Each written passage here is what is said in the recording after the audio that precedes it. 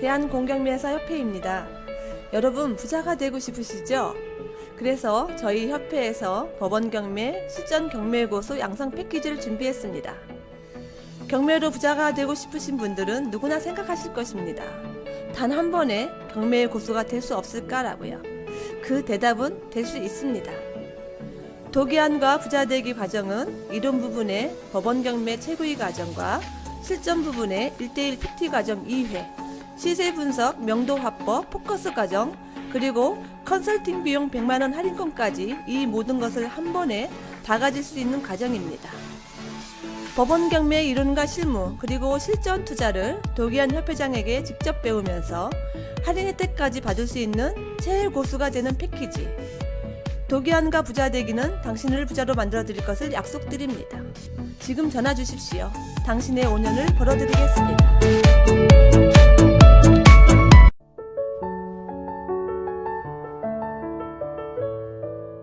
네, 안녕하세요. 도기한입니다. 자, 오늘 해드릴 그 팟캐스트 질문에 대해서 그 질문들을 가지고 몇 가지 어떤 답변을 해드릴게요.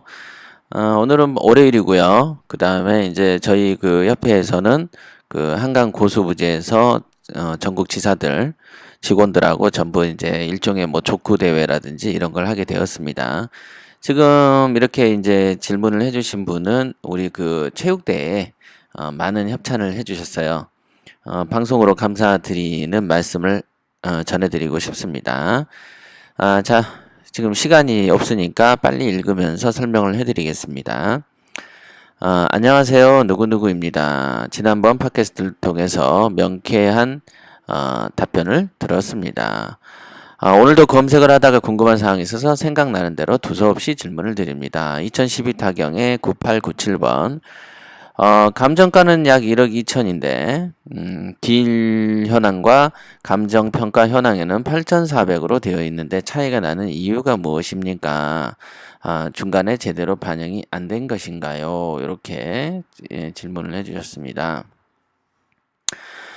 우선은 제가 안 그래도 살펴봤어요. 오전에. 그랬더니 1억 2천만 원이 감정가가 맞습니다만은 이건 이제 토지 매각입니다. 토지 매각인데 감정가가 1억 2천은 맞는데 생각해 보세요. 법정지상권이 이렇게 건물이 있으면 건물이 있을 때 이 토지 가격과 건물이 없다고 봤을 때의 토지 가격은 같을까요? 틀릴까요? 분명히 다르겠죠.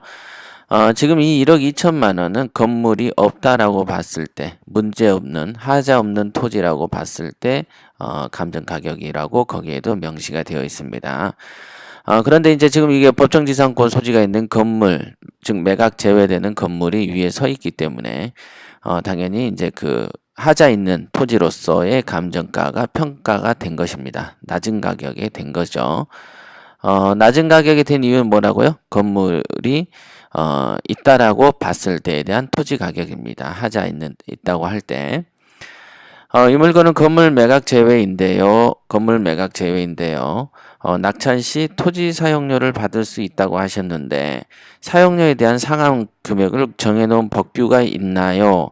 예전에 토지에 대해서 알박기라는 게 있어서 조그만 땅이지만 땅이 없으면 건물을 지을 수가 없어서 시세에 상관없이 아주 고가의 토지를 매입하는 경우가 있었던 것 같아서요. 예. 뭐 이 질문하고 지금 요 질문하고는 좀 다르죠. 요거는 이제 토지에 관한 거고 요건 건물에 관한 것이죠. 우선은 이렇게 토지 사용료, 지료와 관련된 것은 제가 지료 소송만 벌써 3번 했습니다. 3번. 해보면 이 지료 소송은 지금 현재 우리나라에 문제점이 엄청나게 많습니다. 사법부에 엄청 문제가 있는데 이 지료 소송에 관해서는 제가 이제 그 다른 어떤 최고위 과정이나 이런 데서는 사례를 많이 구체적으로 들어줍니다만은 그 사례 설명만 해도 1시간씩 걸려요. 우리나라의 문제점 하나만 말씀드릴게요. 우리나라는 재판을 신청하면 재판을 청구하잖아요. 그러면은 감정평가사가 금액을 결정합니다. 그러면 판사는 그대로 읽습니다. 판사가 지료소송에 있어서 어떤 결정적인 영향을 아무것도 하지 않습니다. 그냥 감정평가사가 모든 걸 다 처리하죠. 그럼 이 감정평가사는 뭘 가지고 얘기하는가? 국유재산법을 가지고 얘기합니다. 국유재산법. 국가의 재산을 개인에게 임대를 해줄 때 관련된 이제 그 비율표가 있지 않겠어요? 사용료. 그걸 가져다가 우리들의 사유재산에 갖다가 평가하는 것이죠. 생각해 보세요. 국유재산법으로 사유재산을 평가한다. 좀 틀리죠? 동물에 관한 법으로 인간의 법을 규율한다. 그렇죠? 또는 자동차에 관련된 법률로 건물을 규율하는 것처럼 심각한 오류죠. 이 얘기를 가지고 제가 이제 고등법원까지 얘기를 갔었습니다만 고등법원 판사도 왜 사유재산의 국유재산을 법을 준용하는가에 대한 질문에 또는 그 주장에 대해서 어떠한 논평도 한마디 하지 않습니다. 왜? 모르니까. 그렇죠. 이렇게 심각합니다. 그냥 그런갑다 하시면 돼요. 그런갑다 이렇게 하시면 되고 그래서 사실은 제가 대법원까지 갈까 하다가 그냥 포기했어요. 가봤자 똑같은 짓이니까. 어차피 헌법재판소까지 가야 뭔가 나올 것 같더라고요. 자, 그리고 건물과 토지를 일괄 매각하는 것이 여러 가지로 깔끔한데 왜 토지만 매각하는가? 예, 보시면은 토지만 매각하는 이유는요. 지금 이 건 같은 경우에 이 채무자와 소유자가 다르더군요. 즉, 여긴 채무자가 다르고 소유자가 다른데, 여기 소유자가 토지만 담보로 제공했습니다. 토지만 담보로 제공된 사례이기 때문에 당연히 토지만 매각이 되는 것이죠. 자, 2012 타경 1326번. 물건 종별은 전으로 되는데 주택을 지을 수 있나요? 지을 수 있습니다. 그런 걸 가지고 뭐냐, 현황상 대지 이렇게 하죠. 현황대지. 현황대 이렇게 표현을 합니다. 그죠? 공부상전 현황대. 지난번 팟캐스트 강의 상가를 주택으로 창고를 상가로 사용이 가능하다고 하시면서 현상이 중요하다 했는데 그와 반대로 주택을 상가로도 할 수 있는지요? 예, 맞습니다. 예. 여러분들 집에 사업자를 내 가지고 사업을 할 수가 있습니다. 그렇죠? 여러분들 집에 법인 사업자를 낼 수도 있습니다. 상관이 없습니다. 그리고 명세서 요약서상 보면 지상에 수동의 건물 소재 법정지상권 성립 여지 있다. 이거는 당연하게 위에 건물들이 있으니까 이 매각이 제외되는, 여기에 예를 들면 매각 제외 아니겠습니까? 매각이 제외된 부동산이 있다면 요거에 관해서는 당연히 토지 소유자는 새로운 낙찰자 A가 받는다고 치더라도 건물은 기존의 B라면 당연히 여기에 대해서는 법정지상권 성립 여지가 있게 되는 것이죠. 즉 법정지상권이 성립한다는 뜻은 뭐냐면 건물이 철거가 된다는 거예요, 안 된다는 거예요? 안 된다는 얘기죠. 그렇게 이해를 하시면 되겠습니다.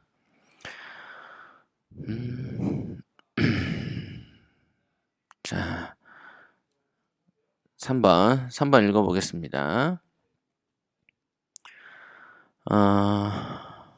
채권 총액이 1억 4천만 원인데 경매 토지 감정가가 4,600밖에 안 되네요. 예. 요거는 채권 총액이 요건데 토지 감정이, 그러니까 즉 담보가 요거밖에 안 된다는 얘기예요. 근저 당시 이렇게 많은 대출을 받을 수 있는 이유는 무엇이고 또 다른 담보대출로 대출을 받고 매매를 한 것인지요. 예, 이 건을 보니까 대부분은 이제 이렇게 그 터무니없이 이제 대출이 많은 경우에는 통상 공담이 걸린 경우가 있습니다. 공동담보가 걸린 경우가 좀 있습니다. 공동담보. 그래서 기존에는 공동담보가 걸렸었던 것 같은데 그 뒤로 근저당권이 소멸하면서 공담이 풀렸어요. 그러니까 이제 왜 이렇게 줬는지는 지금 상태는 이제 그 은행만이 알 수 있는 사실이 아닌가 싶습니다. 그런 거죠. 여러 담보물건이 동시에 경매징후 이 물건도 하나인가요? 예, 지금 그런 사실 징후는 없어 보이고요. 감정가 5천만 원 대비 12회 유찰되어 약 340에 진행되고 있는데 건물 면적이 1.51평이고 작은 공실이고 미납이 600입니다. 왜 이렇게 유찰이 많은 건가요? 아니면 주변 상권이 할기가 없거나 다른 이유가 있는 건가요? 이렇게 즉 관리비가 세서 그런 건지 상권이 할기가 없어서 그런 건지 일단은 그 벽체 구분이 없는 상가 있잖아요. 벽체 구분이 없는 벽체 구분이 없는 그런 상가들은 통상 조금 조심해 줘야 됩니다. 그죠? 조금 조심해야 되고 이 물건이 대형 상가인데 대형 상가에 같은 경우에 공실률이 세죠. 지금 이 상가 같은 경우는 보니까 뭐 이렇게 엄청나게 큰 데다가 여기 귀퉁이에 있는 조그만 상가거든요. 막 여기 벽 따라서 막 이렇게 이러고 있잖아요. 가운데도 막 있고 이렇게 이런 구석에 있는 상가이기 때문에 이건 사놔도 장사가 안 돼요. 예를 들면 이제 단층 상가, 뭐 2층 상가라든지 단층이라든지 이런 거에 한 상가 같으면 차라리 그게 뭐라도 이제 새라도 나갈 수 있는데 이렇게 생각해 보세요. 휑하니 터져 있는데 여기에서만 점포를 장사하겠어요? 2층에 올라오지도 않는데 사람들이. 그러니까 당연히 장사가 안 되니까 떨어지는 거예요. 간단합니다. 이게 사진을 제가 봤어요. 사진을 보니까 장사가 안 되게 생겼어요. 그 옛날부터 제가 봤던 물건입니다. 그러니까 왜 이렇게 떨어졌는가? 예, 장사가 안 되고 공실이 되니까. 그럼 왜 이렇게 돈을 많이 빌려줬는가? 빌려줄 당시에는 이제 초창기 분양 당시니까 당연히 빌려주게 되는 것이죠. 그래서 제가 분양은 웬만하면 하지 마세요. 이렇게 얘기를 드리는 겁니다. 그렇죠. 임차인은 없는데 여기 있네요. 임차인도 없는 것으로 되는데 소유주가 오랫동안 관리비를 미납했다는 것인가요? 예, 맞습니다. 관리비라는 것은 매달 생기죠. 매달 생기잖아요. 그러면 세입자가 있으면 누가 내요? 세입자가 내죠. 근데 세입자가 없으면 누가 냅니까? 주인이 내게 돼 있죠. 그래야지 그거를 가지고 관리비로 월급도 받고 관리실에서 그걸로 또 뭣도 합니까? 상가에 대한 관리도 하지 않습니까? 그래서 이런 거는 매달 생기는데 세입자 아니면 주인이 내는 것이죠.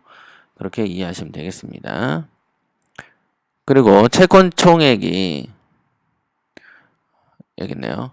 자, 그리고 채권 총액이 약 1억 2천인데 약 500만 원 정도의 매각허가 된다 해도 채무 변제에 별 의미가 없어 보이는데 그래도 진행되는 이유는 무엇인가요? 예.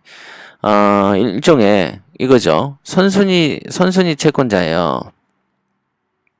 선순위 채권자는 얼마에 팔려도 받을 돈은 얼마라도 있죠. 심지어는 자기 경매 비용이 있잖아요. 경매 실행 비용이라도 챙기게 됩니다. 그렇기 때문에 경매를 진행하는 것이고요. 우리가 흔히 아는 무잉여 경매 같은 경우는 주로 이제 후순위 채권자에게 해당되는 것이죠. 근데 지금 이건 선순위 채권자가 경매를 진행한 거고요. 채무 변제에는 의미가 없어 보이더라도 선순위 채권자 입장에서는 경매 비용이라도 뽑아야 되죠. 그 다음에 이 채권을 은행 입장이면 정리도 해야 되고 정리해야죠. 금감이 어느 정도 감사도 받거든요. 해년마다. 정리를 해야 되는 입장에서는 이 물건을 치울 수밖에 없고요. 판사 입장에서도 굳이 선순위이기 때문에 다른 사람이 어떤 채권자를 권익을 해치는 거라고 보지 않기 때문에 경매를 굳이 중단시킬 이유가 없는 겁니다. 명세서 요약상 보면 공부상 건축물 대장과 실제 점유상 서로 뒤바뀌어 있어서 건물 면적 대지권 비율도 서로 뒤바뀌어 있다고 하는데 낙찰 시에는 서류상에 있는 B라는 사람이 살고 있는 건물을 낙찰받게 되는 건가요? 그리고 이러한 상황이 가능한 이유는 무엇인가요? 두서없이 이것저것 생각나는 대로 질문을 드려보니 이미 답변을 해주셨는데 기억을 못해서 다시 답변 드린 것이 있다면 양해를 부탁드립니다. 예. 지금 이 건을 보니까요. 잠깐만요. 이거 다 내려온 거네요. 자, 이 건 같은 경우에는 빌라가 이렇게 있으면 여기가 201호거든요. 여기가 202호예요. 그런데 요거는 표기가 그렇게 돼 있고 공부는 어떻게 돼 있어요? 공부상은 202호더군요. 그리고 그 매각은 요게 되는 거예요. 이게 매각 사건입니다. 이게 매각 대상이죠. 요게 매각 대상이었어요. 그러니까 공부상 202호, 즉 공부라는 것은 이 등기부 아닙니까? 등기부에 여기에 지금 채권자가 개인이더군요. 채권자 개인이 9천만 원을 그 근저당을 설정했다가 경매를 친 사건입니다. 그죠? 그러니까 당연히 경매는 당연히 요구해 나가는 것이죠. 근데 표기상에는 현황에, 그러니까 문패에는 이렇게 돼 있는 거예요. 그러니까 그거를 이제 복잡하게 써놓은 거죠. 요거는 표기상은 202호인데 법적인 그 등기부상에는 201호로 되어 있는 것이죠. 그러니까 요 부분은 경매하고는 무관한 거죠. 경매는 이 집이 나가는 것이다. 그러면은 여기서 이제 여러분들이 낙찰을 받으면 어느 물건을 받는 거예요? 당연히 이 물건 받는 거죠. 공부상 202호를 받는 거고 현황상 201호를 받는 거가 되는 것이죠. 그러면 여기서 이제 등장하는 건 간단해요. 세입자의 문제죠. 세입자, 여기에 사는 A, B, C가 있다면 이들이 전입신고를 할 때 202호로 했는가 아니면 201호로 했는가, 요거에 따라서 누구의 운명이? 세입자의 운명이 바뀌는 것이죠. 낙찰자하고는 무관한 거죠. 낙찰자는 그냥 여러분들은 이 집을 사는 거예요. 여러분들은 이 집을 사는 거예요. 이 집을 그 표기상 201호를 사는 거고 공부상 202호를 사는 거죠.